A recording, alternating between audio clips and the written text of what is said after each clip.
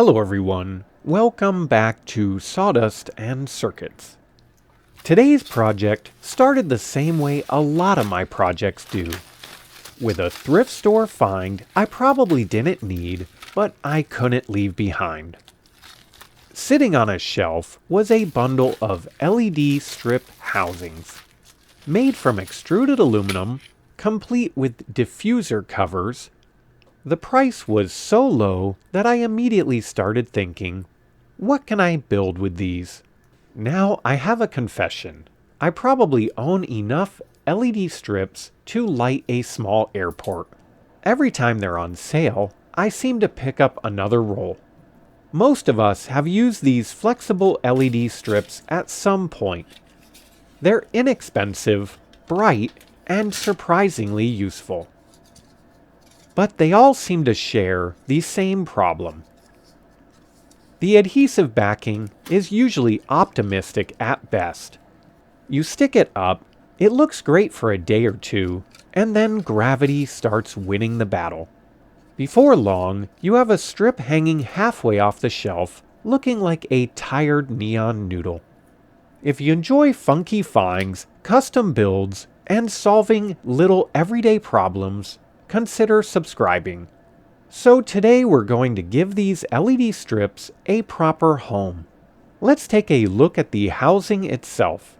It's simple, extruded aluminum with a snap-in diffuser.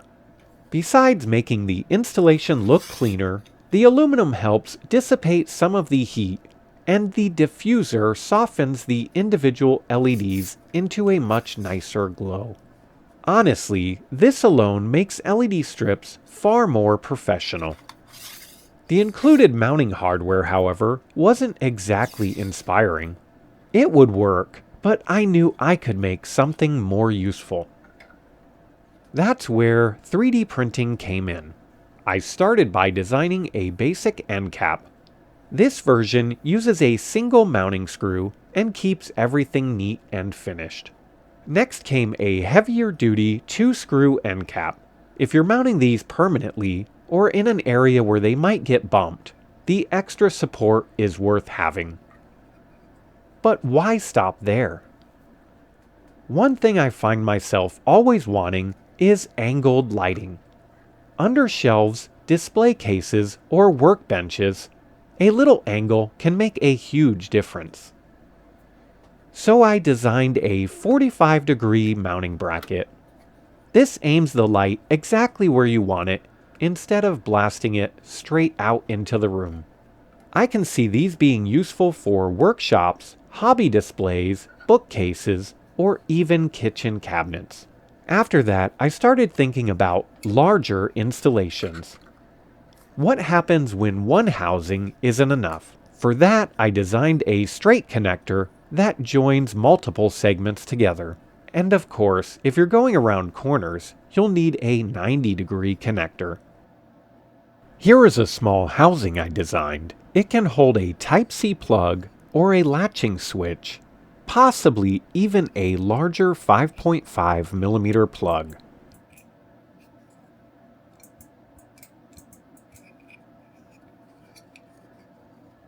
And this one was just a random switch box I made about a year ago, but it would work with these. Let's test these out and see what could be improved. The first is a Type-C, not super bright, but it has a nice glow, and you can see how the housing functions.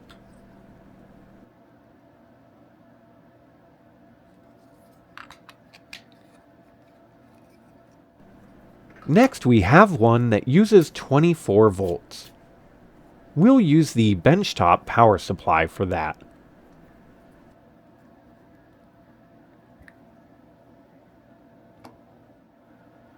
This is very bright.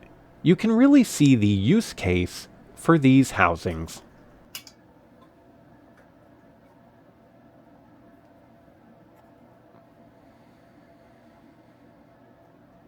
Now these next ones are 12-volt strips.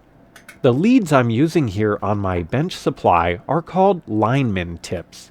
and they are the best benchtop leads that you can use. This one has a nice blue glow.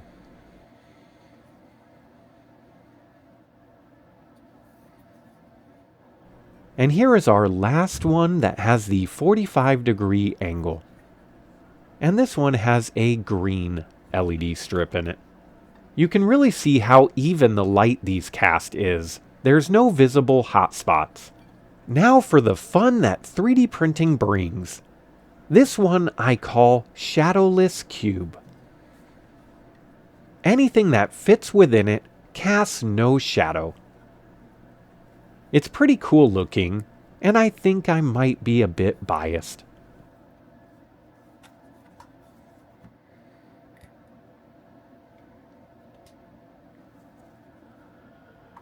What can we fill this with?